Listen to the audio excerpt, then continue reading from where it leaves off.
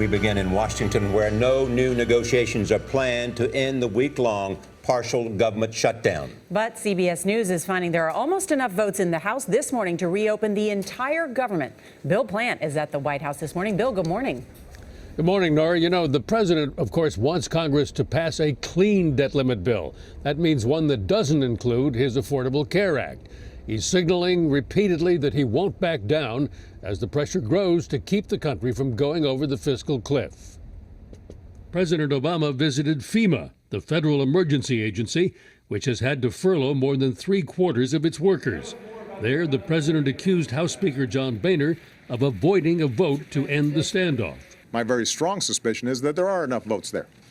And the reason that Speaker Boehner hasn't called a vote on it is because he doesn't apparently want to see the government shutdown end at the moment. In the House, 200 Democrats and 14 Republicans tell CBS News that they would support a bill to fund the government.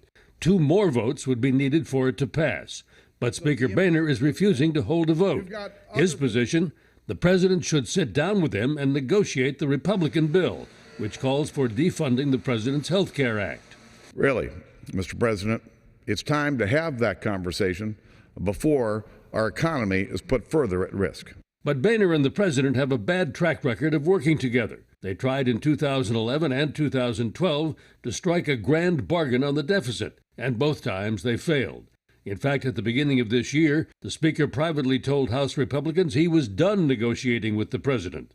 Just last month, Mr. Boehner shot down the idea of shuttling to the White House for negotiations over the nation's borrowing limit.